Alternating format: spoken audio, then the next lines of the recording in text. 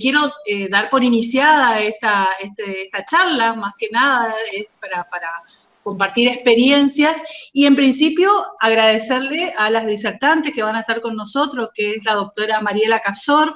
Quiero presentarla, ella es juez del Civil y Comercial número 2 de la Ciudad de Resistencia, es juez desde el 2014, ingresó al Poder Judicial en el 2009 por concurso, como secretaria de primera instancia, fue secretaria de segunda instancia y actualmente desde el 2014 juez civil y comercial.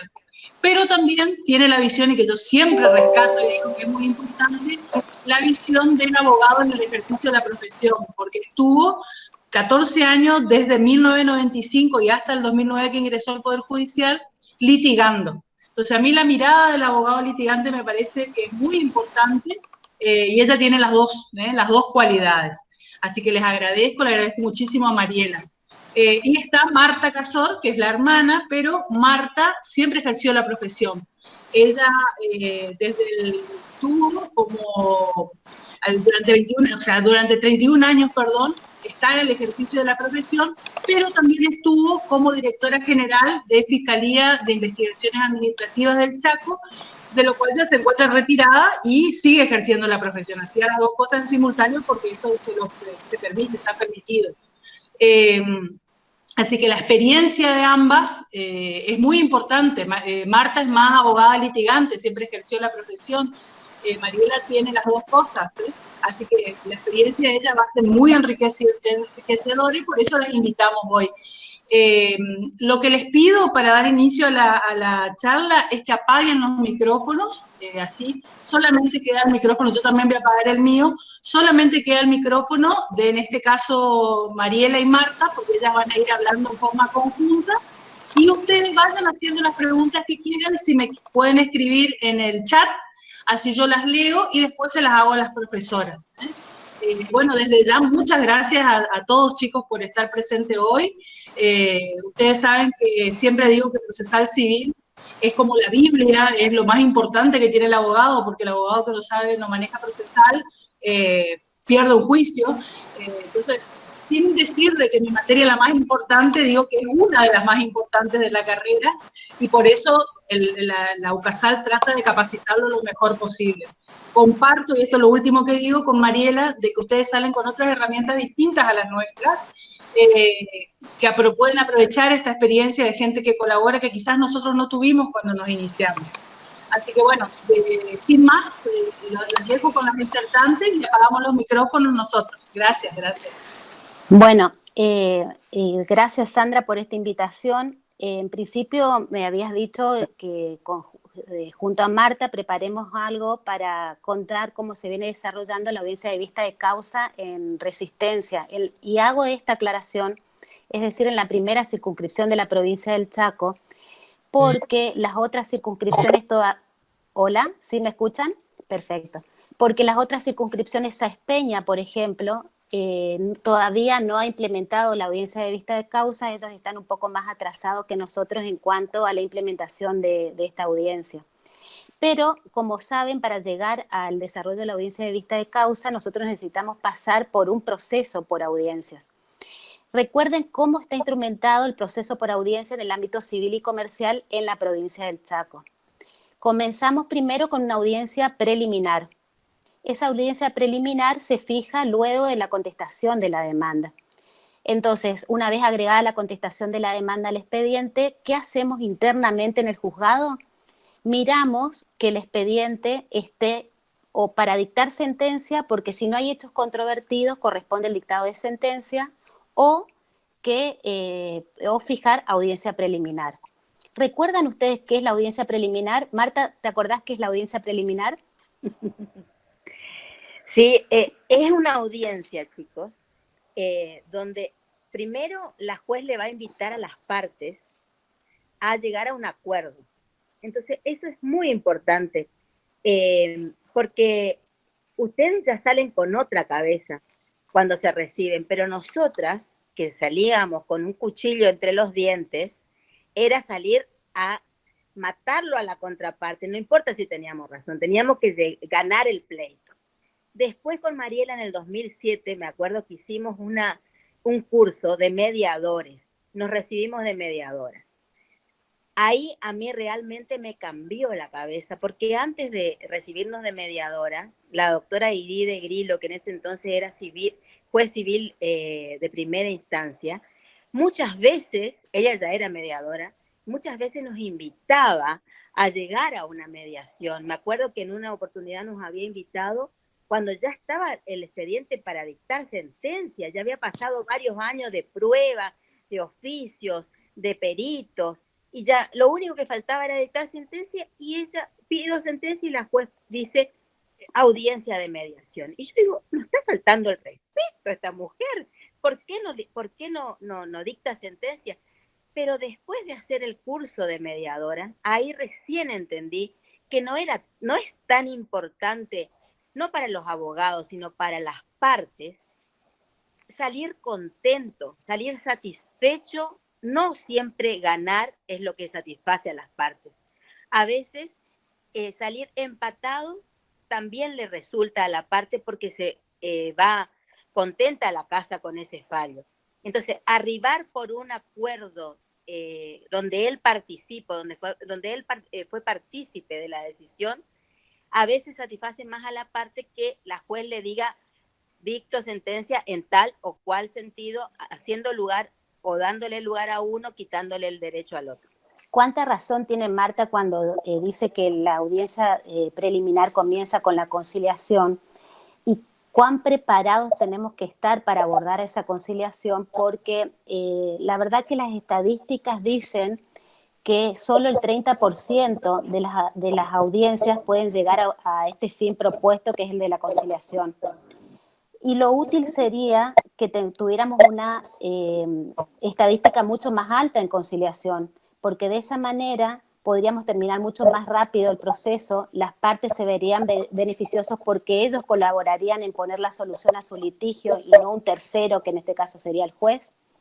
Y como dice Marta, se puede terminar mucho más rápido y las partes evidentemente se van contentas de esa audiencia de conciliación. Por eso, en primer lugar, resaltar que la conciliación no tiene que ser un método alternativo de resolución de conflictos. La mediación o la conciliación tiene que ser un modo de resolución del conflicto, no alternativo. O sea, contar con esa herramienta independientemente de la iniciación del proceso y del desarrollo hasta el dictado de sentencia. Recuerden entonces que la audiencia de conciliación está tanto prevista para la audiencia preliminar, pero también en la segunda audiencia de este proceso por audiencia, en la audiencia de vista de causa. Entonces, como decíamos, si no llegamos a un acuerdo conciliatorio, solo ahí analizamos las pruebas y abrimos la causa prueba. ¿Cómo se analizan las pruebas realmente? Se analizan en crudo, estamos todos sentados en una mesa, lamentablemente no les estoy pudiendo compartir unas imágenes que tenía preparado para ustedes en este momento, pero creo que algunos de ustedes pudo ya haber participado en alguna de estas audiencias. Sandra, ¿pudiste, los acompañaste a los chicos a presenciar alguna audiencia?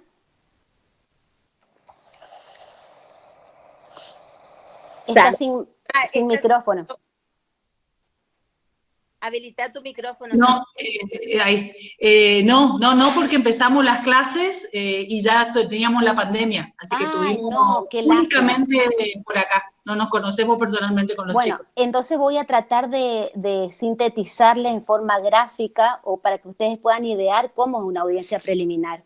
La audiencia preliminar, nosotros en la primera circunscripción en Resistencia, cada juzgado tiene una sala de audiencia. La verdad que somos unos privilegiados en comparación con otros juzgados, incluso de esta primera circunscripción, que no tienen salas de audiencia. Nosotros en las torres, en la torre 1 y 2, cada juzgado cuenta con su sala de audiencia.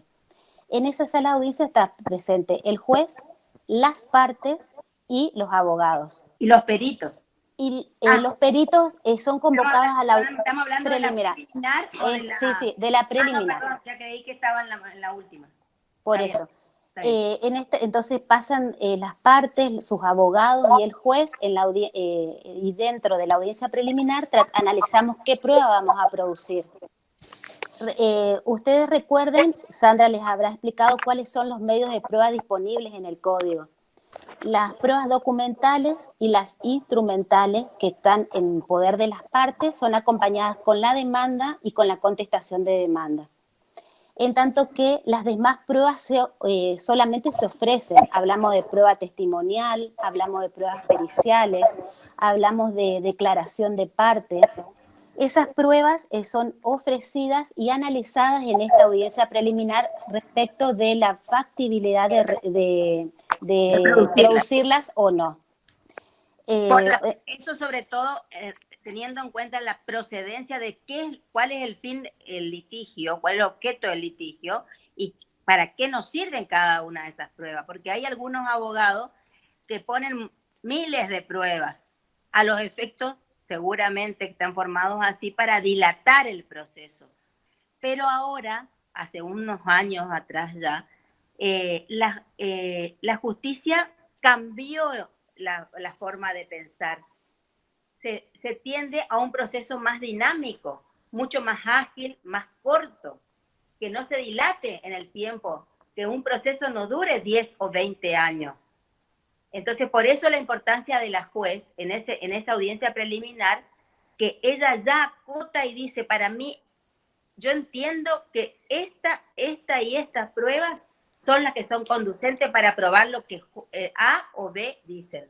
Ahora, yo quiero preguntarles a ustedes cómo piensan que el juez puede acotar en esa audiencia la cantidad de pruebas a producirse para llegar a la convicción de cuáles pruebas son útiles y cuáles resultan superfluas. Necesariamente tendremos que pasar por un ejercicio que muy pocos jueces están acostumbrados a hacerlo, que es la fijación de los hechos. De los hechos fijados en... ¿Cómo fijamos los hechos? Leemos el escrito de demanda, el escrito de contestación a la demanda, y en base a eso vamos a fijar los hechos que son controvertidos. Porque recuerden que únicamente se prueba respecto de los hechos controvertidos. Los hechos evidentes no deben ser probados. Los hechos que están consentidos por ambas partes tampoco deben ser probados. Y esto es sumamente importante de hacerlo en esta audiencia preliminar, fijar los hechos controvertidos. De tal manera que cuando uno comienza a hacer este ejercicio de fijar los hechos, se hace tan ágil que fácilmente podemos determinar cuáles son las pruebas que se van a producir y cuáles son superfluas, y de esta manera generalmente abrimos la causa prueba solamente por 3 o 4 pruebas.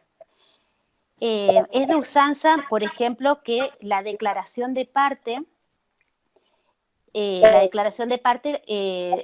se deje de lado, pero hay algunos profesionales que están muy acostumbradas a ofrecer esta prueba y a producirla en la audiencia de vista de causa. Mariela, sí. Mariela, te interrumpo 2 segundos para que los chicos no? se ubiquen nomás. Sí. Nosotros todavía estamos usando el Código Procesal Civil y Comercial de la Nación. Como vos sabés, hay un proyecto de ley que yo no puedo, como es proyecto, no lo estamos viendo ni nada. Entonces, esto que está hablando de la declaración de parte de la doctora Casot es la absolución de posición. Perfecto, por ahí hablamos. Esa nada perfecto. más. La absolución de posiciones, como dice Sandra, ahora fue cambiada por declaración de partes.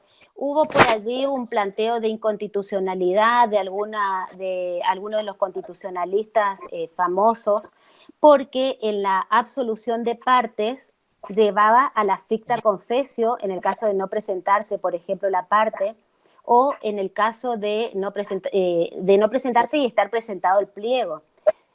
Pero por eso es justamente que se dejó de lado esta prueba y fue reemplazada por la prueba que nosotros denominamos declaración de parte.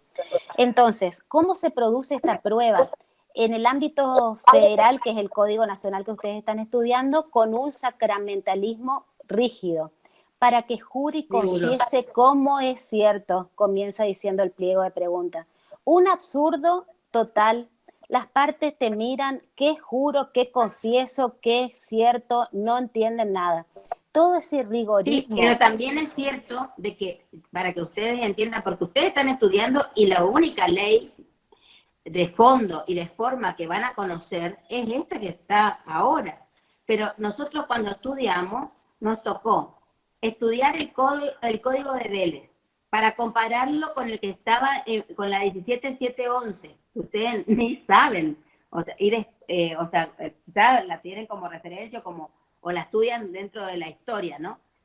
Y también estudiamos un código de procedimiento que también se nos cambió ahora, así que a nosotros nos cambiaron toda la forma y todo el fondo. Sandra, ¿ellos tendrán el código a mano? ¿Los chicos tienen el código a mano? Sí, sí, deben tener. Bueno, en todas las clases les pido que tenga, así que calculo. Hoy, de todas Mira, maneras, mira. Muy bien, Manuel. Muy bien, Manuel, Manuel, fíjate en que la declaración de parte está legislada en el Código Nacional, como también nosotros ya la teníamos legislada en el Código Procesal Civil de la provincia del Chaco antes de la reforma. Y era muy poco usada, sin embargo, yo sí la usaba a la declaración de parte porque está legislada, así que ellos pueden utilizarla en este momento. La gente, los profesionales del medio generalmente no estaban acostumbrados a ofrecerlas como prueba. No sé, Manuel, si tenés el Código Nacional y si pudiste ubicar. Manuel es el nombre, ¿no? Emanuel. Y abrí tu micrófono si querés, Emanuel. O quien va a leer el... Emanuel o Sergio, cualquiera de los dos. Sergio, vos también tenías tu código, Sergio Acosta.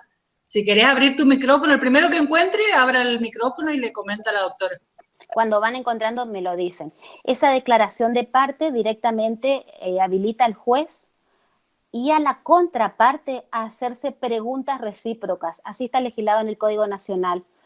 Así que ténganlo como herramienta. Es sumamente útil su aplicación dentro de la audiencia, y esta declaración de parte se toma en la segunda audiencia de la que hablamos, en la audiencia de vista de causa. Entonces, retrocedemos un poquito para no pasar por encima del orden que veníamos planteando en este discurso. Dijimos, fijada la audiencia preliminar, fijados los hechos por el juez, es decir, fijado qué hechos son controvertidos y cuáles no son objeto de prueba, recién ahí estamos habilitados a determinar cuáles pruebas resultan útiles y cuáles no. Entonces empezamos a disgregar el material probatorio en nuestra mesa de trabajo. Admitimos las testimoniales. Recuerden que no pueden producirse más del número de testigos dispuesto por el código, depende del tipo de proceso del que estamos hablando. Entonces, en la provincia del Chaco ahora solo tenemos un tipo de proceso, que es el proceso sumario y también el sumarísimo, dos procesos de conocimiento, sumario y sumarísimo. En el Código de la Nación todavía tienen el proceso ordinario, que tiene una etapa de prueba mucho más prolongada que los otros tipos de procesos, y la posibilidad de, en materia de testimonial, ofrecer más testigos. ¿Qué hacemos por usanza en el ámbito de la provincia del Chaco? Instamos a que sean pocos los testigos, porque la verdad que la prueba testimonial es útil, pero no necesaria para todos los tipos de procesos. Por ejemplo, si estamos dentro de un proceso de prescripción adquisitiva, ¿qué es la prescripción adquisitiva para que nos ubiquemos?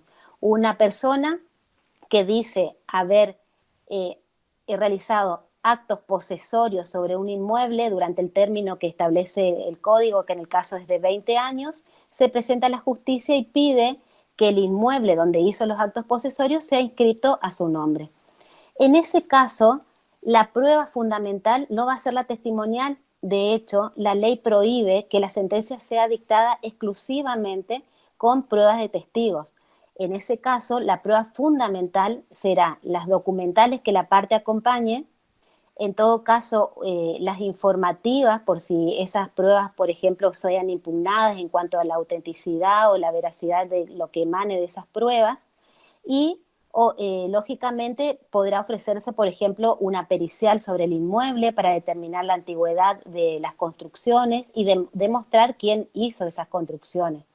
Entonces, depende del tipo de proceso del que estemos hablando, tenemos que ofrecer el material probatorio necesario para llegar al dictado de sentencia y demostrar al juez que los hechos que están plasmados en el escrito de demanda ocurrieron de la manera en que se los plasmó. Lo que nos suele pasar a los abogados en el ejercicio de la profesión es que entramos a desarrollar la demanda con mucho énfasis, contamos los hechos, transcribimos jurisprudencia, transcribimos doctrina, pero cuando llegamos a la etapa de pruebas, parece que nos encontramos cansados y no ofrecemos la prueba idónea para demostrar lo que estamos tratando de buscar en ese proceso. Así que lo útil que es determinar ya, hacer este ejercicio de fijación de los hechos cuando uno escribe la demanda, cuando te toca contestar la demanda, porque esos hechos son los que quedan plasmados y luego serán reeditados en la audiencia preliminar. Luego de la audiencia preliminar ya no podemos introducir, luego de los escritos postulatorios de demanda y de contestación no podemos introducir nuevos hechos, salvo los hechos posteriores que hubieran ocurrido con posterioridad a estos actos sacramentales del proceso. Esos hechos posteriores se incorporan a través de un escrito y se ofrece prueba de hechos posteriores o de hechos que surgieron luego de la demanda o de la contestación. Y en la audiencia preliminar el juez admite o rechaza los hechos nuevos. ¿Qué pasa con aquellos hechos que surjan con posterioridad a esta audiencia preliminar? ¿Creen ustedes que es factible incorporar un hecho nuevo luego de la demanda, luego de la contestación o luego de celebrada la audiencia preliminar? Emanuel, ¿te animás a contestar? Sí, buenas tardes, soy de Hola, Salta, yo soy de buenísimo. Salta. Contame la experiencia. Vos estás Sí, seguramente cursando y manejás el Código de Procedimiento de Salta. sí, en el Código de Procedimientos de Salta también tenemos legislado en la parte de absolución de posiciones, Perfecto. pero no sé cómo se lo aplica, no sé si es Perfecto, exactamente así. perfecto. Ustedes, procesos por audiencia tienen, Emanuel, en Salta, Sí, pero tenemos únicamente procesos. pero solo la audiencia preliminar tienen el Código de Salta. Sí, Exactamente, sí. Y sí. es por ahí como, si se quiere, no un uso que no está establecido, sí la conciliación, pero solamente cuando las partes Lo así lo peticionan, quieren, sí. claro. No, en la provincia del Chaco y en el Código de la Nación la conciliación es obligatoria y la presencia del juez en esa conciliación dentro de la audiencia preliminar también es obligatoria y es sancionada bajo pena de nulidad. Sí, Por esa circunstancia es que necesariamente tenemos que estar en la audiencia preliminar y comenzar con el acto sacramental de la conciliación. Algo que no me quiero olvidar, y después vuelvo a la confesional, Emanuel, pero ya que estamos en la conciliación, no quiero olvidarme de decirles que las audiencias son públicas, por lo cual quien quiera participar de una audiencia, ya sea preliminar o audiencia de vista de causa, puede peticionarlo al juzgado y se le dará la posibilidad de intervenir en las audiencias preliminares o en la audiencia de vista de causa. Circunstancia que no ocurre con el ámbito del derecho de familia. En el ámbito del derecho de familia, las audiencias generalmente no son públicas. ¿No es cierto? Es así, Sandra, ¿no? Claro, Sí, claro, porque la naturaleza del proceso es reservado. Entonces, como se ventilan cuestiones de la intimidad de las personas, son de carácter reservado y por eso no, las audiencias no pueden. Lo que vos le estabas diciendo es que aunque ustedes no sean parte, no sé si quedó claro, si a ustedes les quedó claro, pero la doctora le quería decir que aunque ustedes no sean parte, no estén como abogados, ¿no? Pueden intervenir, pueden ir a escuchar una audiencia. Claro. Eso es lo que le estaba queriendo decir. Claro, ustedes pueden pedir participar de esta audiencia. Vamos a hacer una pequeña distinción en esta época de pandemia, donde las audiencias son tomadas de forma virtual. Pero aún así, vamos a hablar más adelante, que en estas audiencias virtuales también estamos propiciando de que la ciudadanía participe de las audiencias virtuales. ¿Y por qué buscamos que participen? Porque de esta manera estamos convencidos que podemos legitimarnos ante la sociedad, que la sociedad vea qué desarrollamos dentro de esa audiencia, porque en más o en menos es también un acto de gobierno el que la sociedad participe de estas audiencias. Entonces, por eso es que traje al relato el tema de de la publicidad de la audiencia porque durante la conciliación generalmente no participa la ciudadanía. Durante la conciliación dentro de la audiencia solo están las partes, los abogados y el juez. Y echando mano de esas herramientas de la mediación que decía Marta, a veces hacemos audiencias de conciliación y hacemos salir a una de las partes, queda la otra dentro del recinto del juzgado, de manera tal de hacer pequeñas conciliaciones y después de hacer pasar a la contraparte y lograr el acuerdo conciliatorio. Bueno, volvemos entonces al análisis de prueba. Una vez que fijamos los hechos controvertidos, analizamos las pruebas y determinamos qué pruebas van a producirse durante el proceso y antes de la audiencia de vista de causa y cuáles son las que se van a desarrollar en la audiencia de vista de causa. Para el Código de Procedimiento de la Provincia del Chaco, las pruebas que se van a desarrollar durante la audiencia de vista de causa son la declaración de parte, la declaración de testigos y las explicaciones de peritos. Todas las demás pruebas son producidas entre la audiencia preliminar y la audiencia de vista de causa. ¿Cómo está legislado en la provincia del Chaco? ¿Qué término tiene que transcurrir? No debe transcurrir más de 90 a 120 días entre la celebración de una y otra audiencia. Si bien el Código de Procedimiento dice que la audiencia de vista de causa es fijada luego de producida todas las pruebas, nosotros en el protocolo que creamos para la celebración de audiencias y también en la reglamentación que hizo el Superior Tribunal de Justicia dispuso justamente este término, que entre una y otra audiencia no pueden transcurrir más de 90 días a 120 días. Estamos hablando de días hábiles, porque todos los plazos en el Código de Procedimiento, recuerden que son plazos procesales, son días hábiles, no días corridos. Entonces, en el recinto y en el momento de celebrarse la audiencia preliminar, se hace un plan de trabajo con los profesionales y ya se fija la fecha de audiencia de vista de causa. Ustedes están dentro de la audiencia, sacan sus agendas, controlamos que tengan posibilidad de venir dentro de 3 meses de esta audiencia de vista de causa y ya quedan notificados ese mismo día de que hoy es 23 de junio, podemos fijarlo, por ejemplo, para octubre la audiencia de vista de causa y ya quedan todos notificados para esa audiencia. ¿Qué pasa con las pruebas que no se producen entre una y otra audiencia? Lamentablemente precluyen, se pierden, no las podemos reeditar, las perdemos para siempre.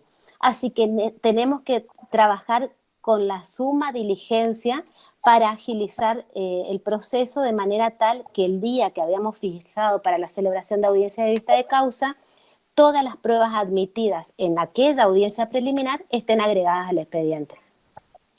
El grave inconveniente que tenemos es con las pruebas periciales, porque generalmente estas pruebas periciales se dilatan en el tiempo y no son producidas en el término de estos 90 días de los que venimos hablando. A ver, ¿qué pruebas periciales conocemos? Manuel, ¿tenés tu código abierto? Sí, tengo mi código abierto, pero tengo un problema. Tengo gente que está arreglando mi baño y se siente el ruido. No te hagas inconveniente. ¿Había otro de tus compañeros que estaba también con el código? Bueno, mientras que ustedes... Quien quiera participar, chicos, abran su micrófono y participen. Yo dije hoy Sergio porque vi que tenía el código, pero si alguien más tiene y quiere participar, abran los micrófonos. A ver, posicionémonos en un accidente de tránsito. Si ustedes fueran abogados de la parte actora, seguramente ofrecerían la prueba pericial para demostrar los hechos que van a ser controvertidos. ¿Qué pruebas de las tantas pericias que pueden existir ofrecerían? Marta seguro ofrecería, por lo menos, ¿qué periciales ofrecerías, Marta? Médica. Depende si hay accidentado, porque si solo fuera un accidente donde hubo daño material, es improcedente, y por más que yo pida médica, la juez me la va a descartar. Perfecto. Entonces, después también te podrían ofrecer una prueba accidentológica. pericial accidentológica, excelente. Claro, Pericial accidentológica o pericial mecánica. mecánica para determinar la verdadera entidad de los daños que uno alega y que el otro Seguramente negó. Le negó claro. Al contestar la demanda. Entonces, por lo menos de este análisis que acabamos de hacer de este ejercicio, ya tenemos ofrecidas 3 pruebas periciales: la mecánica, la accidentológica y la médica. Pero la médica, a su vez, admite ser dividida en distintas especialidades. Por eso, cuando uno ofrece la prueba pericial, tenemos que decir cuál es la persona idónea. ¿Qué especialidad? Claro, el idóneo que va a llevar adelante esta prueba. Y hablamos de idóneo porque resulta ser que no todas las especialidades tienen carreras de grado. Entonces, por ejemplo, si estamos hablando de un traductor, que tenemos que ofrecer un traductor, hay veces que no tenemos todas las especialidades y entonces llamamos a un idóneo en la materia para que pueda desentrañar ese ámbito. Bueno, estas pruebas periciales también se ofrecen con el escrito de demanda y con el escrito de contestación a la demanda. El abogado debe decir cuál es el idóneo que va a llevar adelante la prueba, por ejemplo, el médico, que en su caso podrá ser también un médico, un psicólogo o un psiquiatra, así que ahí ya tenemos otro tipo de pericial. Debe desarrollar los puntos de pericia, es decir, ¿qué le vamos a consultar a este idóneo para que nos responda en la prueba pericial? Estos puntos de pericia son evaluados también, la admisibilidad de los puntos de pericia son evaluados en la audiencia preliminar. Hay muchos puntos de pericia que resultan ser, que no están dirigidos a estos hechos controvertidos, por lo tanto son desestimados en la audiencia preliminar. Y el juez... pueden ser impugnados por la parte que no los ofreció. Pueden ser impugnados. O sea, una parte ofrece los puntos de pericia y el abogado de la otra parte le compete analizar si puede, de qué manera puede tornar más flaca la prueba de la otra parte y tratar de impugnar alguno de esos puntos de pericia para dejarlo sin prueba. Pero se van a encontrar con una juez, como la doctora Ana Mariela, que pese a todo lo que uno hace, todo el esfuerzo que uno hace en demostrar su punto, ella siempre tiene que meter su cuchara y tratar de probar la verdad real. Claro, lo que pasa... Por suerte nunca me va a tocar litigar en el juicio de la doctora Mariela. Lo que pasa es que hay veces que los puntos de pericia no son adecuados a la demostración de los hechos controvertidos. Y en ese contexto, el juez está habilitado a desarrollar los puntos de pericia. Y la verdad que cuando el código nos autorizó a realizar esta tarea, muchos abogados pusieron el grito en el cielo y muchos abogados se opusieron a que el juez tenga esta facultad de desarrollar los puntos de pericia. Pero la experiencia nos demostró que nosotros no sabemos a quién va a beneficiar esa prueba, si a la parte actora o a la parte demandada. Y como tenemos como norte buscar siempre la verdad real de lo acontecido, claro. Es que por eso es que estamos habilitados a ofrecer puntos de pericia, a traerlo al perito al juzgado, a explicarles al perito qué estamos buscando, qué necesitamos de él y que nos explique. Porque evidentemente el abogado, yo los digo con conciencia porque creemos conocer de todas las materias y no es así. La verdad es que conocemos y poco de las leyes, así que imposible que conozcamos de medicina, que conozcamos de accidentes de tránsito, así que necesariamente necesitamos de los expertos para que puedan colaborar con nosotros en la búsqueda de esta verdad real para el dictado de la sentencia. Entonces, habíamos dicho que teníamos prueba pericial médica, pericial psicológica, pericial psiquiátrica, pericial accidentológica, pericial mecánica, Y muchas veces resulta útil también dentro de este proceso del accidente de tránsito que habíamos puesto como ejemplo, una pericial contable. ¿Para qué ofreceríamos la pericial contable? ¿Se les ocurre para qué? Bueno, normalmente en un accidente de tránsito tenemos una compañía de seguro que, y no es normalmente, sino que necesariamente tiene que haber una compañía de seguro porque el riesgo de poner el automóvil en la calle y el movimiento en la calle debe estar asegurado porque la ley así dispone. Necesariamente debemos contar todos con una cobertura, por lo menos una cobertura mínima contra terceros para que esta compañía de seguro pueda indemnizar al damnificado. Entonces, también es útil ofrecer una pericial contable para demostrar que tu cliente estaba asegurado y venía pagando rigurosamente la póliza de seguro. Sí. ¿Perdón? Sí, te escucho. No, no, está bien. Bueno, entonces tenemos también la pericial contable. Esta pericial contable generalmente se desarrolla fuera de nuestra jurisdicción. ¿Por qué? Porque los libros contables de las empresas de seguro están en su casa central, ya sea en Rosario, ya sea en Buenos Aires, pero nunca en Resistencia o en Tierra de Fuego. Para complicar un poquito más la situación, entonces, de esta manera, ¿cómo se practica? El perito va a ser designado en el lugar donde se va a realizar esta prueba pericial. Entonces, si la casa matriz está en Rosario o en Buenos Aires, se designa un perito de aquella jurisdicción de Buenos Aires y es él quien se encarga de realizar esta prueba con los puntos de pericia que quedan determinados el día de la audiencia preliminar. ¿Estamos de acuerdo? Bueno, entonces, una vez fijados cuáles son las pruebas útiles a producir, se abre la causa prueba, siempre dentro de la provincia del Chaco, ¿no? Mariela, ahí sí. podés vos aclarar, a ver, cómo se hace esa designación de ese perito. Supongamos que sea en Rosario. Perfecto, sí. A ver cómo se hace, si ese perito es ofrecido por las partes, o si hay un sorteo, si podés explicar un poquito más. Cortito. Cortito. Vamos a hacer una separación de las periciales que se producen dentro de nuestra jurisdicción, o sea, dentro de la primera circunscripción, ya sea en Resistencia, en Barranquera, Fontana, en las ciudades aledañas a Resistencia.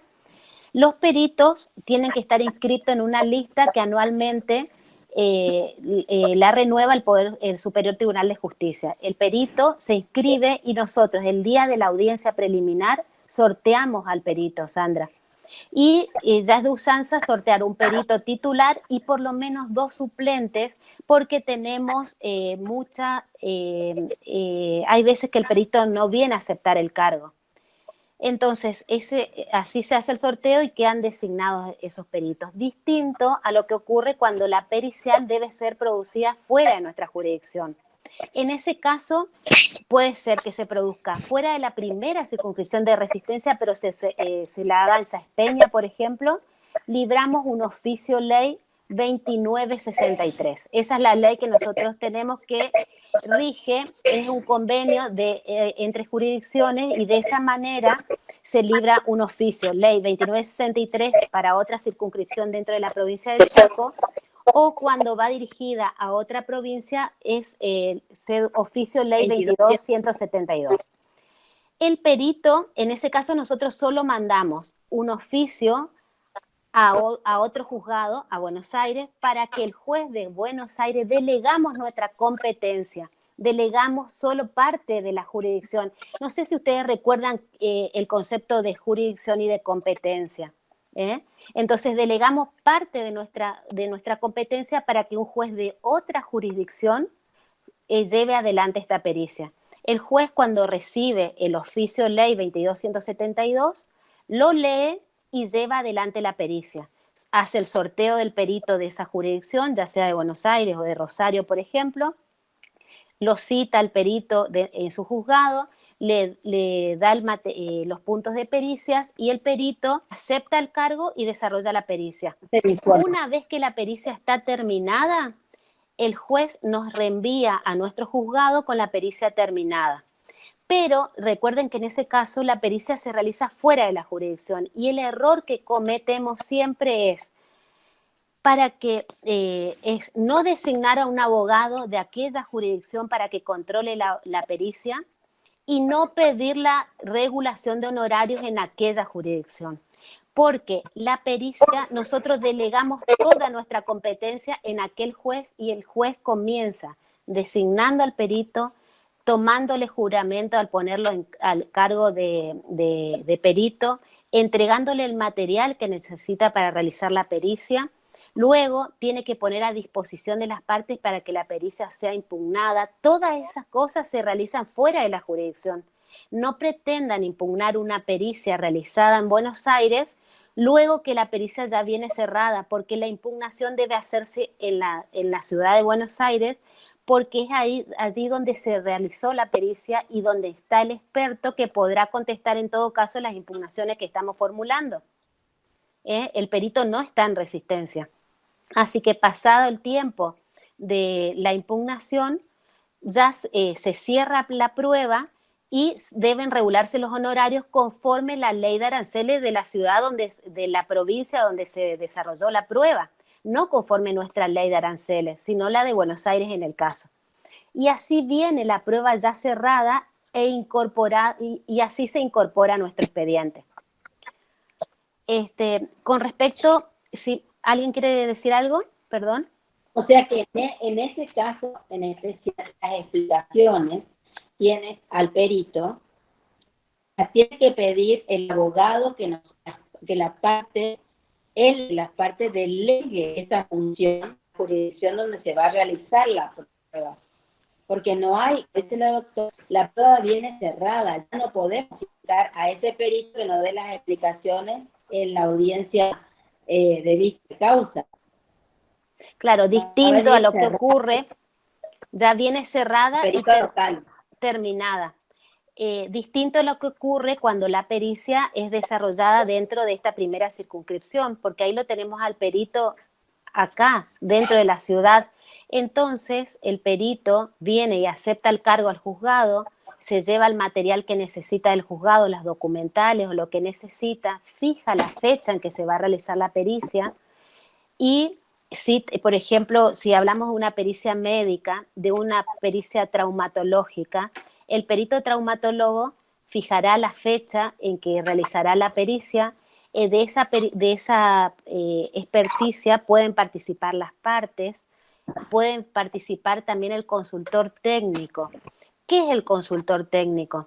El Código de la Nación también lo tiene legislado al consultor técnico. Es un perito de parte. El consultor técnico debe ser ofrecido con los escritos postulatorios, es decir, con el escrito de demanda y con el escrito de contestación de la demanda. Y el consultor técnico colabora con la parte, colabora con la parte una vez que el perito realiza la pericia. El consultor técnico, que tiene conocimientos idénticos al del perito, puede colaborar con la parte para impugnar la pericia. Y de esa manera poder enriquecer más el trabajo del perito, porque muchas veces el perito, no con intencionalidad, sino a veces por descuido, por desconocimiento, no viene completa la pericia. Entonces es importante que el consultor técnico ofrecido por la parte sea un consultor técnico activo, no de aquellos que únicamente están designados. Sí, perdón. Sí, decía que no por desconocimiento de su ciencia, sino por desconocimiento de lo que la parte que lo ofreció quiere demostrar con los puntos de pericia que ofreció. Por eso, el perito de parte o el consultor técnico de la parte que ofreció, como están más en contacto con lo que la parte quiere demostrar con esos puntos de pericia, puede enriquecer la pericia, como dice la doctora. Claro, les decía unos segundos antes que el consultor técnico debe ser ofrecido con la demanda y contestación, pero la verdad que el consultor técnico tiene que estar sentado con ustedes el día que están escribiendo la demanda, o el día que están contestando la demanda, el consultor técnico tiene que estar sentado al lado de su computadora dictándole los puntos de pericia necesarios para llevar adelante esta pericia. Porque el abogado no conoce de la ciencia, no conoce de la parte de medicina, no conoce de la parte de traumatología o de accidentología, por eso los puntos de pericias deben ser ofrecidos por la parte, pero en el trabajo conjunto con el consultor técnico. Lamentablemente, como ocurre en esta Argentina, el trabajo está muy devaluado porque se regulan muy pocos honorarios para el consultor técnico. Entonces, salir a litigar con todas estas herramientas es caro y Costoso. es muy costoso porque hay que pagar anticipos de gastos para que estos peritos o el consultor técnico vengan a asesorarnos, porque ese justamente los honorarios de ellos dependen de la actividad que desarrollen, ¿no? Bueno, entonces Sandra me preguntaba cómo se designa al perito. De los que son designados dentro de la primera circunscripción, hay una lista, como les decía hace un rato, sorteamos y designamos 2 o 3, uno titular y otro suplente. El perito, en el término de 3 días luego de celebrada la audiencia preliminar, tiene que presentarse al juzgado a aceptar el cargo de perito y retirar las documentales o todas aquellas historias clínicas y demás elementos que necesiten para llevar adelante la pericia. Esto en época normal, pero ¿qué pasa en esta época de pandemia? El código dice que la aceptación del cargo debe hacerse ante la secretaria del juzgado. Resulta que todas estas formas protocolares que están establecidas en el Código de Procedimientos vienen sufriendo ya no son tan exigentes ante esta situación de pandemia. Así que hoy por hoy, ¿cómo hacemos para aceptar el cargo? Directamente el perito lo acepta por escrito, que lo manda al juzgado a través de un sistema único de recepción de escritos que tenemos en la provincia del Chaco, que es el sistema INDI. A través de ese sistema ellos aceptan el cargo y nos piden cuáles son las documentales que necesitan. En el caso podemos facilitarle las documentales retirándolas desde el juzgado o digitalizándolas y enviándolas a su domicilio para que él practique la pericia.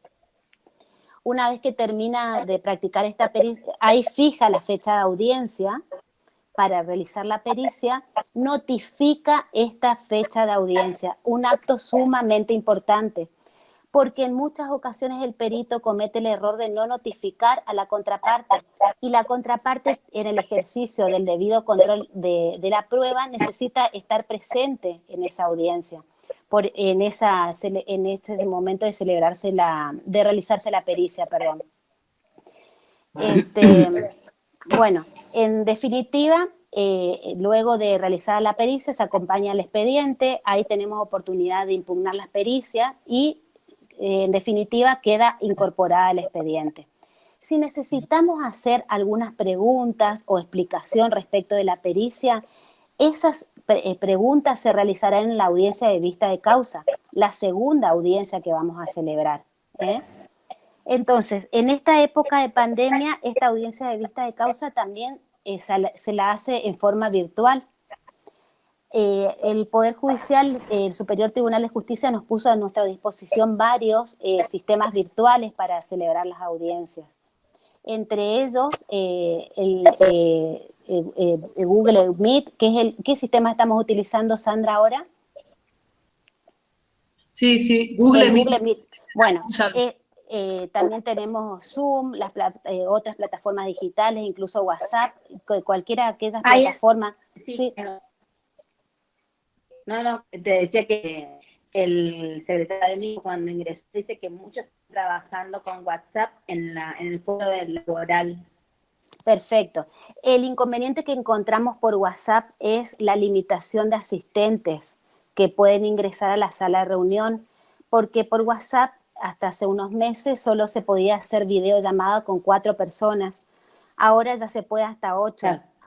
Pero hay otras plataformas digitales como Zoom o Webex, por ejemplo, que admiten un sinnúmero de personas y por eso las estamos utilizando más que el WhatsApp, la plataforma de WhatsApp. Sí. Bueno, ¿cuándo se le regulan los honorarios al perito? ¿Alguien sabe? De los alumnos que nos están escuchando. Alejandro, ¿estás? Karina. Bueno, ¿saben ustedes cuándo se le regulan los honorarios al perito y cómo hacemos nosotros para regular los honorarios de los peritos? Profesora. Sí, ¿quién? ¿Susana? Sí, buenas tardes. Buenas tardes, ¿cómo le va? Sí. Dicen que integrarán la condena en costas. Perfecto. Los honorarios de los, no sé si del perito o del consultor técnico, es lo que no sé. Bueno, ambos, tanto los del perito como el del consultor técnico, integra la condena en costas. O sea que al momento del dictado de sentencia vamos a determinar quién resulta condenado en costas. Pero la regulación de honorarios de los peritos puede ser realizada una vez que el profesional termine la pericia acompañándola al juzgado, y si esta pericia no es objeto de impugnación, inmediatamente, sin esperar el dictado de sentencia, el perito puede pedir la regulación de sus honorarios. ¿Cómo regulamos los honorarios de los peritos? Depende del tipo de pericia. Hay algunos colegios de peritos que ya tienen una ley de aranceles. Por ejemplo, los médicos tienen su ley de aranceles, los contadores también la tienen.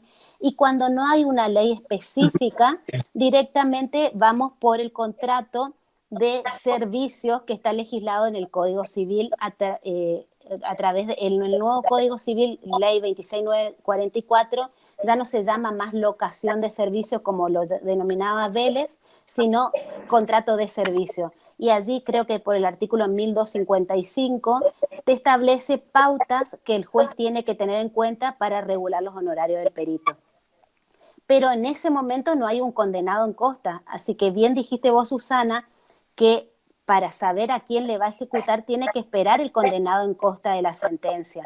Pero interín puede pedir la regulación de honorarios y ejecutar sus honorarios a todas las partes a quien le hubiera resultado útil la prueba. En principio, quien fue el oferente de la prueba. Entonces, si la parte actora ofreció la prueba, es probable que este perito ya pida la regulación de honorarios y que se le pague, porque no debe esperar el resultado del pleito, ni debe esperar 2 o 3 años hasta que la sentencia de primera instancia quede firme, pasando por la Cámara o por el Superior Tribunal de Justicia.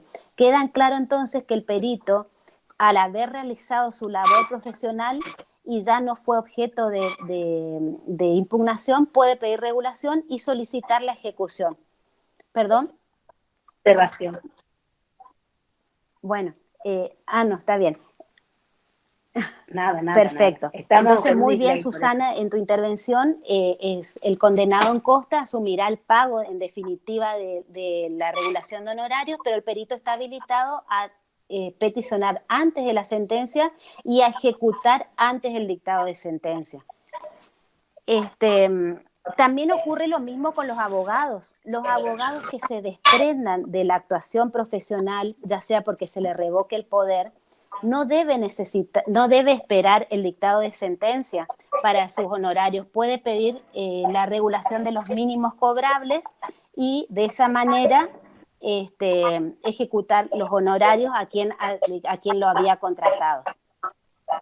Bueno, entonces mezclamos un poco, como estamos saltando de un lado a otro. Habíamos dicho que esta prueba pericial, que es admitida en la audiencia preliminar, sin embargo, se produce durante una y otra audiencia, y en la audiencia de vista de causa se producen las pruebas, se producen las preguntas que necesitamos hacer a los peritos. ¿Qué otra prueba se produce en la audiencia de vista de causa? La prueba testimonial. En nuestro Código de Procedimiento de la provincia del Chaco fue modificado en el año 2017. Dentro de los requisitos para ofrecer al perito, a los testigos, primero tenemos que saber de qué tipo de proceso estamos hablando, para saber el número de testigos admisibles. Generalmente en los procesos sumarios se admiten hasta 5 testigos y se pueden dejar ofrecidos otros por las dudas que estos testigos no puedan venir a concurrir a la audiencia y solamente para que declaren sobre cuestiones puntuales. Entonces, en resumidas cuentas, solo se pueden ofrecer 5 testigos y ¿saben ustedes cuáles son los requisitos que debe reunir el testigo para ser ofrecido? Susana, ¿te acordás cuáles son los requisitos? No, o sea... Fíjate tu código tengo, 409 sí, por sí. allá en el Código de la Nación. El artículo 427 Ajá, ¿qué dice dice? que no pueden ser ofrecidos como testigos los consanguíneos o afines en línea directa de las partes. Me encantó. Vamos a frenar un ratito ahí. Marta es mi hermana y Sandra es mi amiga. Entonces, Sandra o Marta están comprendidas en ese artículo 420 y pico que mencionaste. Léelo de vuelta, Susana. Sí. Los consanguíneos o afines en línea directa de las partes. Perfecto. Marta puede ser ofrecida como testigo en un juicio en que yo sea parte. ¿Es su amiga, me dijo? Es mi hermana. No. Sí puede, porque lee de vuelta como dice. Ustedes familia no dieron línea todavía. directa. Perfecto. Ajá. Como familia no dieron, no se preocupen, lo van a ver. A ver, Marta, explicarle. Sí, buenísimo.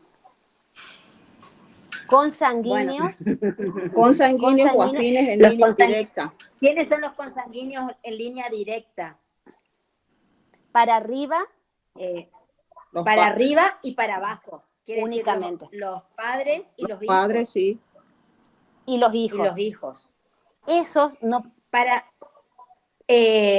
Yo no soy consanguínea en forma directa con Mariela porque para llegar a mí, Mariela tiene que ascender hasta mi padre, que es el pariente en común, y después bajar hasta mí. Yo no soy en línea directa. Claro, ella está al costado. Para hacerlo gráficamente, no está en línea directa ni para arriba ni para abajo.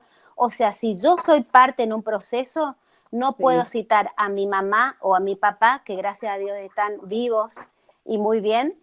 Tampoco puedo citar a mi hijo, a que venga a declarar en el juicio, pero sí puedo citarla a Marta. Ni al cónyuge. Y el Código de Procedimiento de la Provincia del Chaco le agregó algo más, que también lo dice el Código de la Nación, ni el cónyuge que estuvieran separados de hecho, dice. ¿Es así, no? Sí, así es. Sí, así es. Perfecto. Entonces, en nuestro código le agregó un dato más, el que antes se denominaba concubino, que ahora la doctora Sandra Barros nos va a ayudar, que se le dice un conviviente. El conviviente o la unión convivencial. Claro, el Código de la Nación no lo dice, ¿no? No, el Código de la Provincia del Chaco, como fue modificado en el 2017, sí lo incorporó, o sea, el conviviente tampoco puede ser citado como testigo. Bueno, entonces quedan claro que Marta me va a dar una mano en este accidente de tránsito y va a venir a declarar respecto de las lesiones que sufrí o del modo en que se desarrolló el accidente de tránsito, porque iba sentado a mi derecha en el momento del accidente de tránsito. Marta va a poder ser citada como testigo. Ahora, Sandra, que es mi amiga, ¿puede ser citada como testigo en este juicio del accidente de tránsito? Susana, ¿qué otro? Sí, perfectamente. A ver, buenísimo, muy bien. ¿Qué dice el código? Saco en conclusión porque no es un consanguíneo en línea directa. Perfecto. Pero a Sandra y a Marta van a tener que pasar por un riguroso, preguntas que se le van a hacer el día de que se celebre la audiencia. La audiencia que se llaman por las generales de la ley. La primera audiencia la primera pregunta que se le hace al testigo es si le comprenden o no respecto de las partes del litigio las generales de la ley. Y esas generales de la ley es si es amigo íntimo, enemigo, deudor, acreedor, pariente de alguna de las partes o tiene algún interés en cómo resulte el pleito.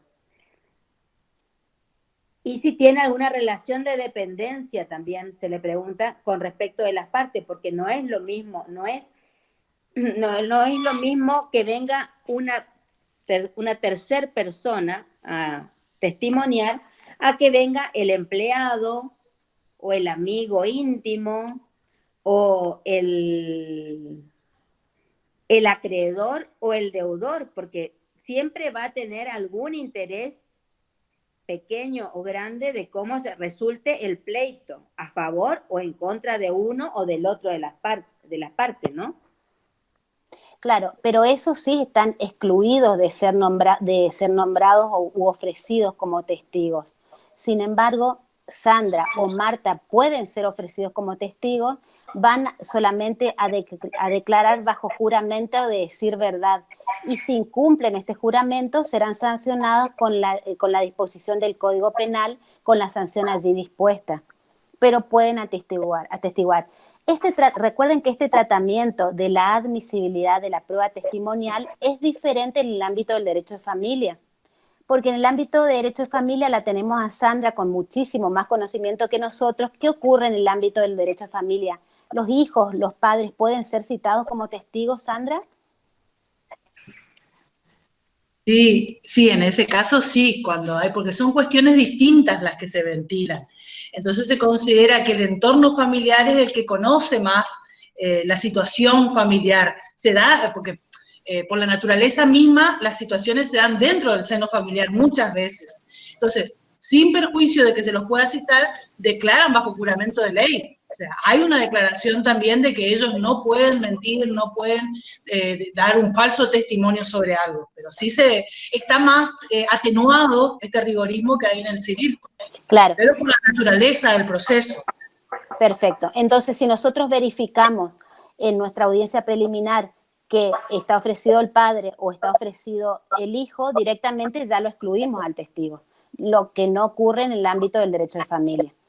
Otra cosa que es novedosa, el Código de la Nación, Susana, fíjate qué edad dice para los testigos, 14 años dice la Nación, ¿no?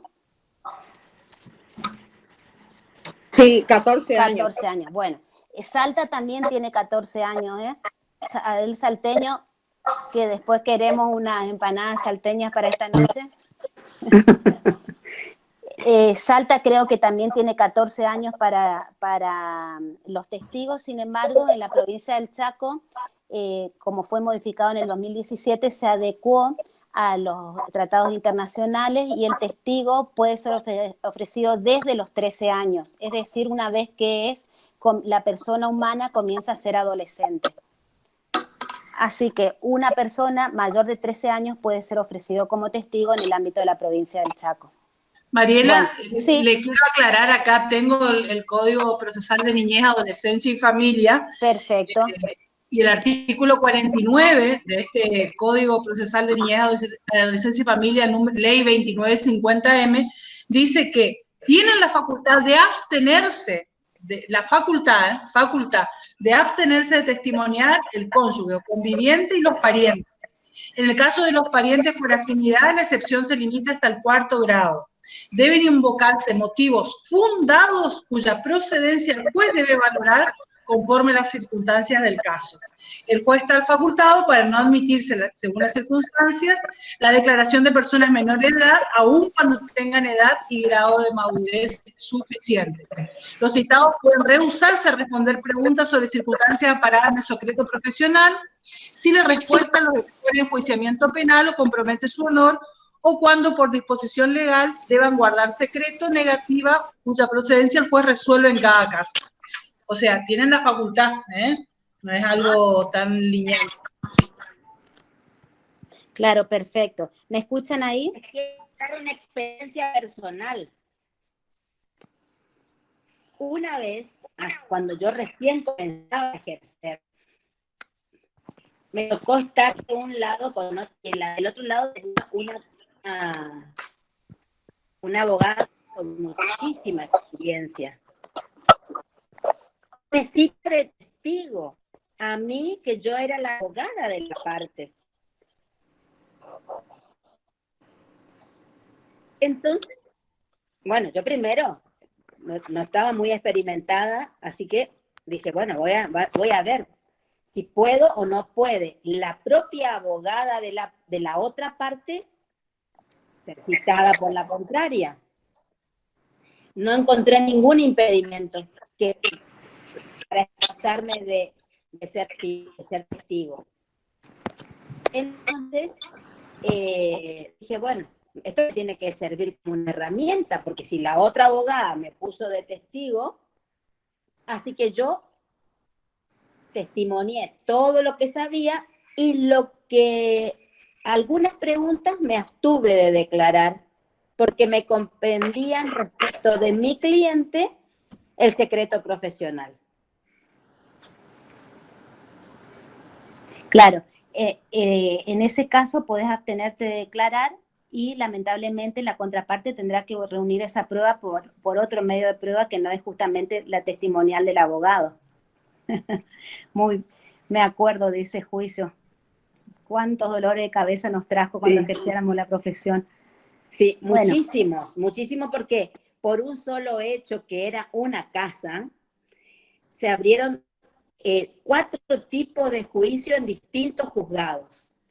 Y después de mucho litigar y muchas testimoniales que duraron, eran tan largas que teníamos que suspender las testimoniales porque llegaba a las 8:30, empezaban a las 8 de la mañana, llegaba a las 2:30 y no terminaba. Teníamos que poner otra fecha de audiencia para seguir preguntándole y repreguntándole al testigo, que eso es una cosa buena que ahora, porque antes la parte que ofrecía el testigo hacía 20 preguntas y estaba el empleado del juzgado haciéndole las preguntas. Después venían las repreguntas del abogado de la otra parte.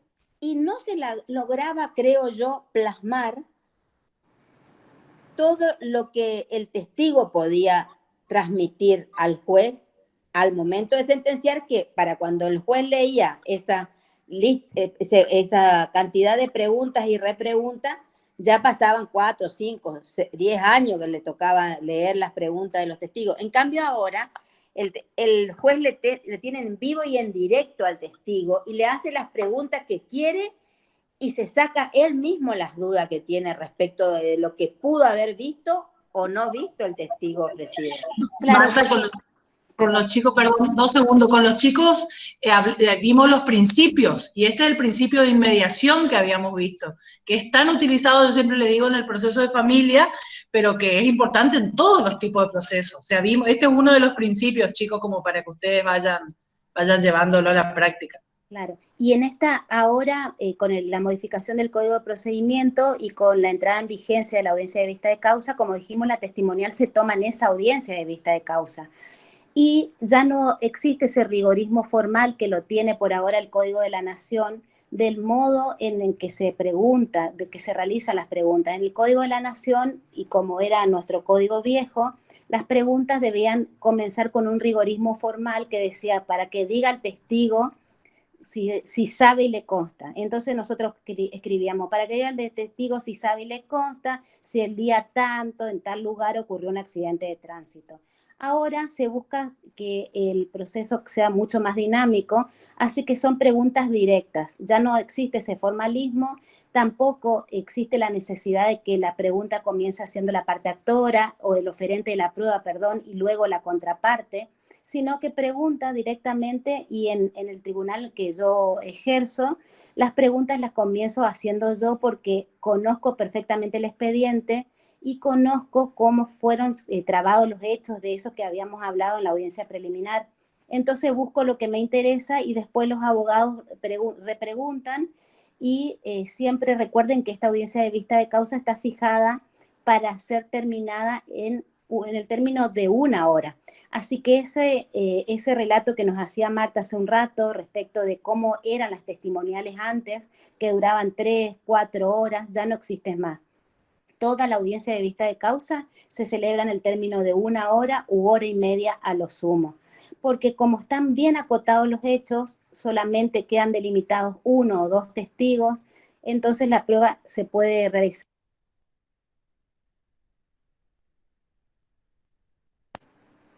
perdón, se puede realizar en forma rápida y se termina en el término que habíamos dispuesto de la celebración. Mariela, Sí. quiero acotar algo muy, muy chiquitito. Fíjense Sí. lo importante, chicos, cuando la escuchan a la doctora, lo importante es que ustedes como abogados manejen su expediente, manejen su caso, porque la juez está manejando lo que ustedes dijeron en la demanda y lo que dijo la otra parte en la contestación de demanda. O sea, es muy importante que ustedes sepan, cuando van a esa audiencia preliminar, cuáles son los hechos de cada una de las partes, porque la juez lo maneja. Tomen como no un dato menor lo que está diciendo Mariela, por ahí son experiencias que después cuando les pase se van a dar cuenta de la importancia, pero a mí me parece relevante que ustedes hoy ya lo tengan en cuenta. Nada más. Muy bien.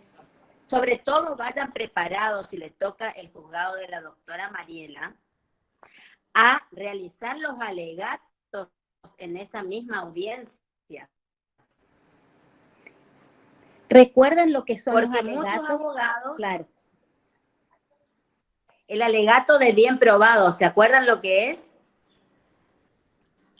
¿Alguien se acuerda? Por ahí lo de procesal todavía no llegamos a esa parte, lo de forense pueden ser. Bueno. Lo de forense puede ser que sepan. Claro, en concreto, ¿qué se hace en el momento del alegato? Se relaciona para qué sirvió cada uno del material probatorio ofrecido y desarrollado durante el juicio, qué probaste con cada uno, qué hecho probaste con cada uno de este material probatorio, qué dijo el testigo, cómo ocurrió el accidente de tránsito, por dónde venía el auto, quién fue el causante del accidente. Con la pericial determinan la incapacidad que le quedó al damnificado, con la pericial contable, por ejemplo, demostrar que efectivamente tenías la póliza pagada al momento del accidente de tránsito. Eso es el alegato de bien probado, directamente relacionar cada uno del material probatorio con los hechos que veníamos tratando de probar en el juicio. Sí, Marta, vos estabas diciendo algo de estar preparados.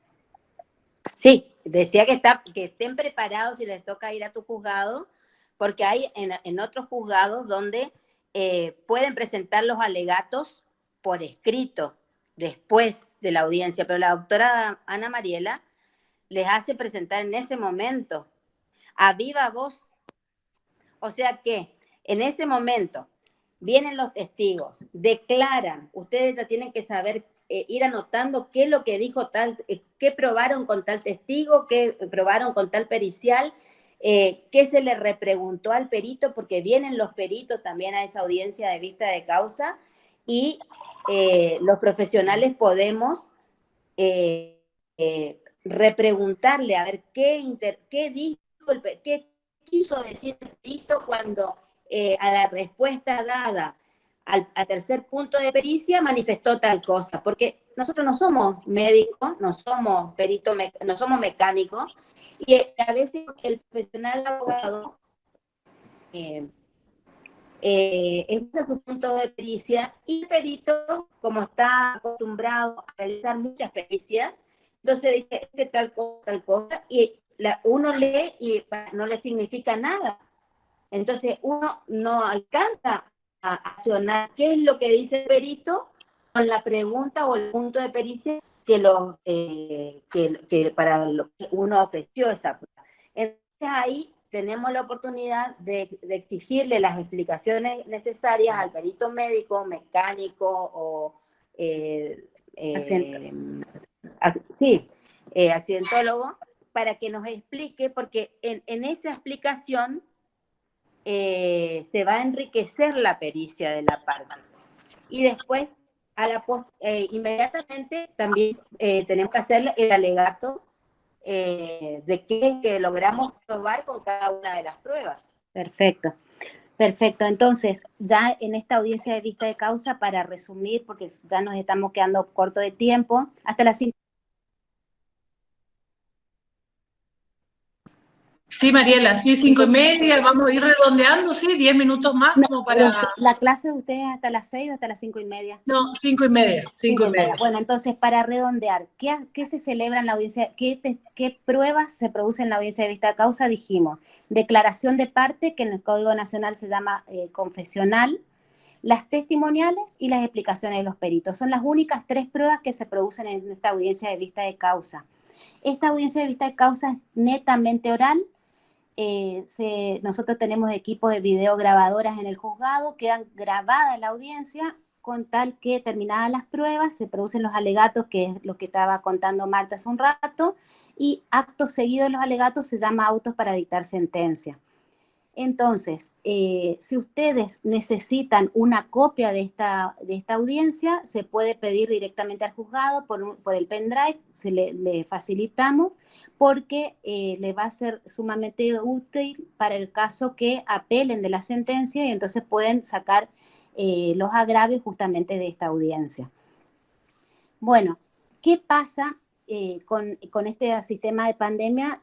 Lamentablemente esta audiencia de vista de causa no la podemos celebrar en el juzgado porque no podemos convocar a los testigos al juzgado, porque no hay posibilidad de que ellos circulen, tampoco hay posibilidad de que venga el perito. Entonces estamos utilizando estos sistemas virtuales que habíamos mencionado más temprano en la tarde.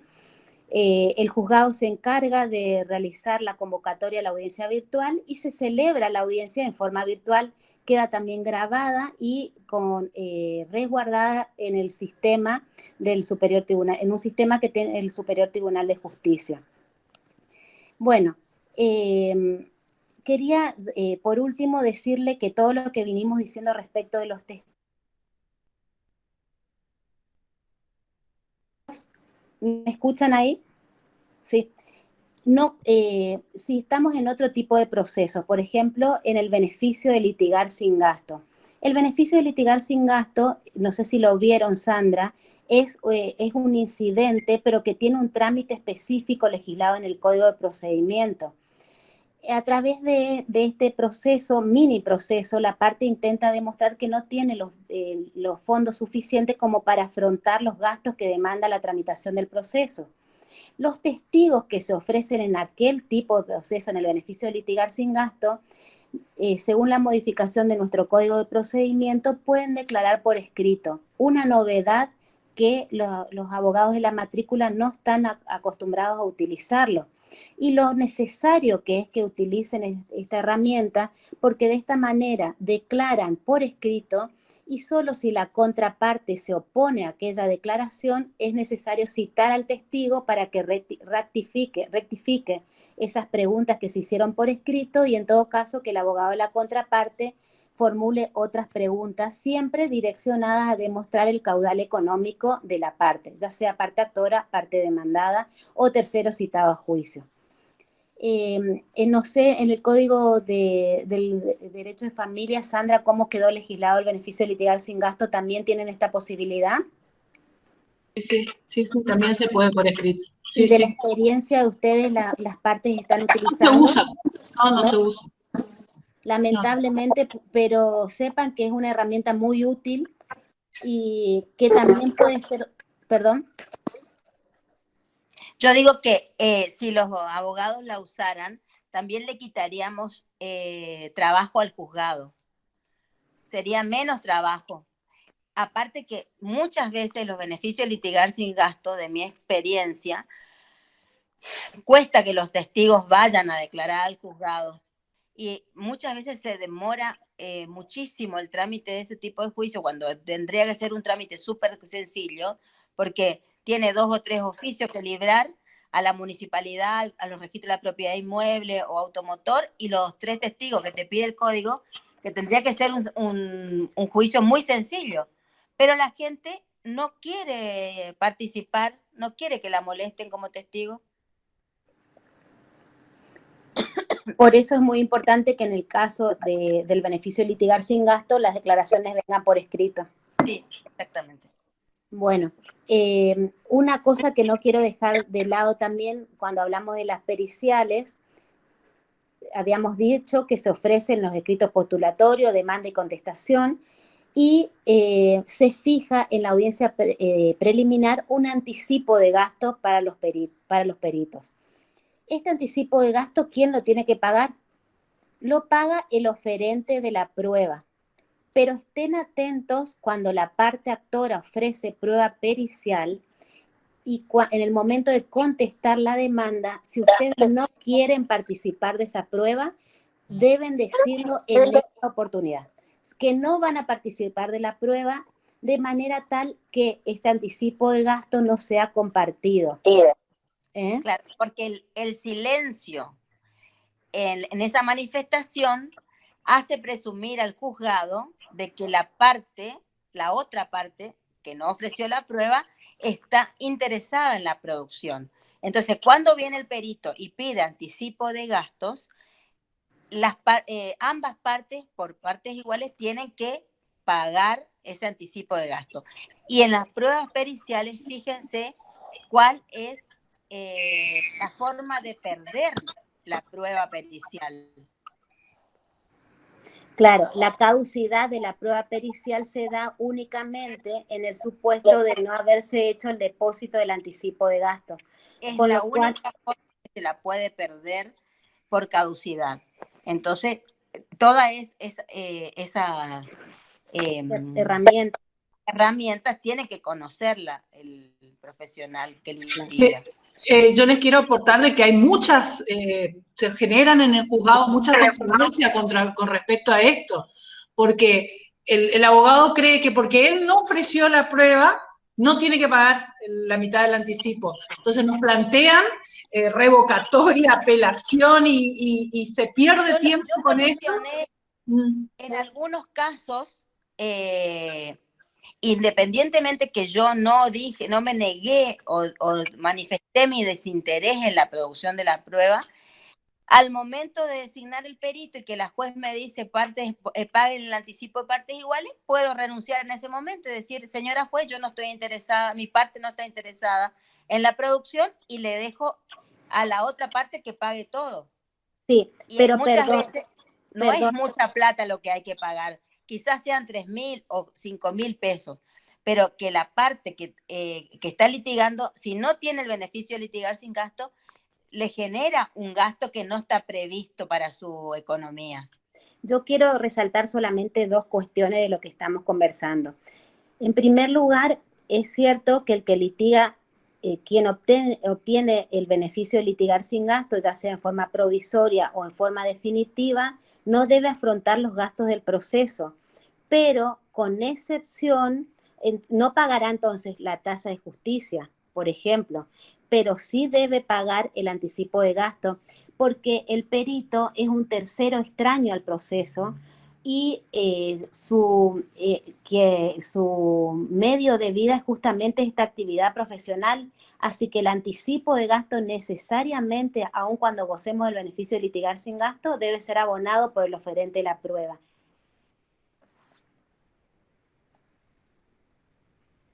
No tenés el micrófono, Marta.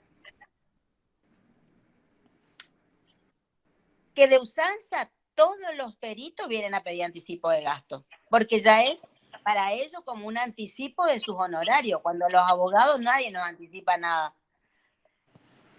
Y hay algunos peritos, como el que hace la pericial documentológica, que necesita realmente que se le paguen los gastos porque tiene que comprar papel fotográfico, tinta, no sé qué otras, demasiadas cosas que utiliza el perito para hacer una pericial caligráfica. Pero el perito médico que lo cita en un consultorio a la parte y que le hace mover, le pega un golpe en la rodilla o le hace mover el codo para atrás, ese no necesita ningún anticipo de gasto y lo mismo lo pide. Sí, la verdad que más allá de que lo pida o no lo pida, hoy ya está instaurado. Es de usanza. Claro, como uso y costumbre jurisdiccional, fijar el anticipo de gasto, que normalmente está fijado entre 2.000 y 3.000 pesos, como bien decía Marta, para cada uno de los peritos. Por eso es que decíamos más temprano que se tornó muy difícil litigar en la provincia, porque es costoso litigar en la provincia, pero lamentablemente esos son los costos que tenemos que asumir para poder litigar, y muchas veces estos costos los asumen los profesionales, abogados, porque el cliente en muchas situaciones está evidentemente sin posibilidad de abonar este anticipo de gasto, y el profesional los corre con el anticipo. Bueno, estamos en horario, yo no quiero... Sí, me gustaría dejar abierto si los chicos por ahí tienen algún tipo de pregunta, unos minutitos ¿Hay más. alguna pregunta, parece, a ver, Sandra, que hicieron? Sí, no. Solo saludar. No, examen. Hoy cuando Mariela preguntó el tema de las periciales, le contestaron acá exámenes científicos, reconstrucción de derecho, puede ser. La reconstrucción del hecho no es una pericia. Exacto. Eso. La reconstrucción del hecho es, bien la indica, es tratar de reconstruir de cómo ocurrieron los hechos en el lugar físico donde los hechos acontecieron. Entonces, por ejemplo, si estamos en el contexto del defensa del consumidor, que una señora se cae por una escalera del hiper de un cine, podremos ir hasta ese cine para determinar qué peligrosa era la escalera, el material del que estaba conformado, si había luces suficientes, si no la había, pero esta reconstrucción del hecho, lo útil es que sea inmediatamente luego de ocurrido el accidente o el hecho acontecido. Y eso me trae a la memoria que el Código de Procedimientos de la provincia del Chaco tiene una novedad importantísima respecto de la producción de las periciales. Ahora, las periciales pueden ser producidas con anterioridad antes de entablar la demanda. Antes, en el Código de Procedimiento de la Nación y el Código Viejo de la provincia del Chaco, estaba la posibilidad de hacer la prueba anticipada. Dentro de esas pruebas anticipadas podíamos hacer declarar a un testigo gravemente enfermo, a la parte gravemente enferma o que está por abandonar el país, o podíamos producir la prueba pericial, pero siempre como prueba. Ahora la novedad que trae nuestro código es la posibilidad de anticipar esta pericial, pero no como prueba, sino directamente. ¿Cómo funciona? El abogado de la parte actora, que va a representar a una señora que tiene un accidente de tránsito, puede citar a la contraparte de modo fehaciente, dice el código. De usanza es mandando una carta documento, diciéndole que tal día, a tal hora, se va a llevar adelante una pericial accidentológica y le transcribe los puntos de pericia que se van a realizar. Con la antelación suficiente para que la contraparte, la futura contraparte, porque esta prueba se produce fuera del contexto del juzgado, para que la futura parte, la contraparte pueda ir a la realización de esa prueba, ofrecer también sus puntos de pericia y de tal manera determinar ya el porcentaje, ya sea de incapacidad si fue una pericial médica, o determinar cuáles son los daños que recibió el vehículo en aquel accidente de tránsito, y de esa manera colaborar a llegar a un acuerdo conciliatorio. Que en ese caso recuerden que tenemos la posibilidad de la transacción. La transacción es un contrato que ahora está legislado en el Código Civil y Comercial, y lo van a ver seguramente el año que viene. Ustedes contrato no dieron todavía, Sandra, ¿no? Contrato darán el año que viene. Así que la transacción es un contrato para poner fin a cuestiones dudosas o litigiosas. Entonces, esta cuestión que no está dentro de un juicio es una cuestión dudosa. Podemos hacer esta prueba pericial anticipada a la demanda y de allí determinar el porcentaje de incapacidad, por ejemplo, y llegar a un acuerdo transaccional con la compañía de seguro. Si no se llega a este acuerdo transaccional de cuestión dudosa, la parte actora puede iniciar la demanda, y esta prueba pericial rendida fuera del juzgado sin intervención del juez puede ser introducida al expediente y tiene pleno valor probatorio. Y cuanto más adelantados ya vamos a estar en el proceso en ese momento, porque si una parte inicia una demanda con una prueba pericial producida con anterioridad a la demanda, el juez puede dictar sentencia, está habilitado a dictar sentencia sobre hechos parciales. Entonces, si ya tenemos demostrado, por ejemplo, en este accidente de tránsito, los 4 elementos de la responsabilidad, para que quienes vieron daños, la segunda parte de obligaciones van a recordar los 4 elementos de la responsabilidad, ya vienen firmes, porque la demandada, por ejemplo, dice que el hecho aconteció y lo único que discute es el porcentaje de incapacidad. En ese caso ya podemos dictar sentencia, aunque sea parcial, respecto de algunos hechos, y se gana muchísimo tiempo y seguir discutiendo, fijar la audiencia preliminar y la audiencia de vista de causa para los otros hechos que necesitan ser probados. Pero este hecho, por ejemplo, incapacidad, ya pues, se podría dictar sentencia. Mariela, Sí. para ir cerrando, una preguntita y te pido Sí. 5 minutos nomás porque no quiero abusar de su tiempo De ni ellos, y no de los chicos también, sí. Eso, una preguntita, dice, a grandes rasgos, pero Sí. muy sintético, ¿qué Sí. diferencia existe entre la preliminar con la audiencia de vista de causa? Pero así, Sí. muy cortito, 5 Bien. minutos y cerramos. Cerramos. Gracias. Sí, una audiencia es, la audiencia preliminar es la que se celebra luego de la contestación de la demanda. Ya están los hechos. Inmediatamente después de trabajar la litis. Perfecto, luego de trabajar la litis se señala la audiencia preliminar. ¿Y qué se hace ahí? Primero, conciliación. Fracasada la conciliación, se fijan los hechos y luego se establecen las pruebas. Y se establecen qué pruebas se van a producir y cuáles no. Esa es la labor que se realiza en esa audiencia preliminar, necesariamente con participación del juez, necesariamente con participación de las partes. Lamentablemente, el código anterior fijaba una multa a la parte actora o la parte demandada. Si Juan o Pedro no estaban sentados en esa audiencia preliminar, tenían una multa que nuestro código fijaba hasta en 200 unidades tributarias. El legislador en el año 2017 quitó esta multa, lo cual fue objeto de muchas críticas, porque esta multa hacía que la parte esté sentada en esa audiencia de preliminar.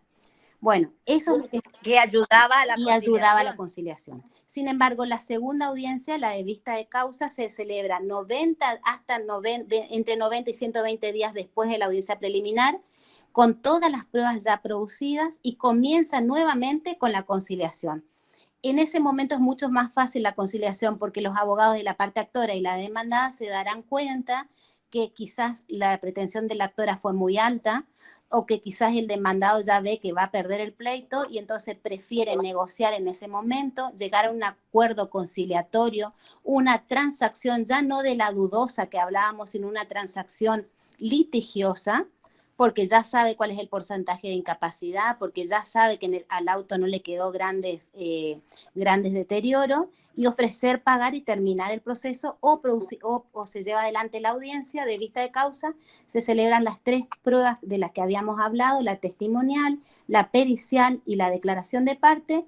Se producen los alegatos dentro de esa misma audiencia y se llama autos para dictar sentencia. Con tal que con este sistema de audiencia así diagramado y trabajado con mucho esfuerzo, desde que se inicia la demanda hasta el dictado de sentencia no pueden transcurrir más de 9 a 12 meses. Esa es la estadística que estamos tratando de buscar. Estamos lejos de lograr esa estadística, pero cada vez más rápido. Muchísimo. Pero se avanzó muchísimo, porque antes, hace 30 años atrás o hasta hace 10 años atrás, un juicio de primera instancia podía durar tranquilamente entre 10 y 20 años. Y hoy estamos hablando de un año, pero quiero contarles que yo estoy escribiendo ahora una sentencia de un accidente de tránsito que ocurrió el 8 de marzo del año 2000, o sea, 20 años hacia atrás, con un código viejísimo. En principio tenemos que dictar sentencia en cuanto a los elementos de la responsabilidad con el código de Vélez. Estoy viendo la posibilidad de cómo la extensión del daño tiene que juzgarse con el código actual.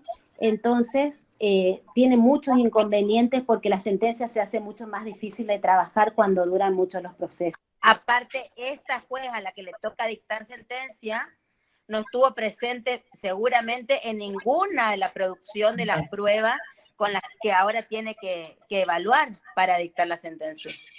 Así Bueno, es. Y aparte, para llegar a un expediente de 20 años, seguramente tiene varios cuerpos.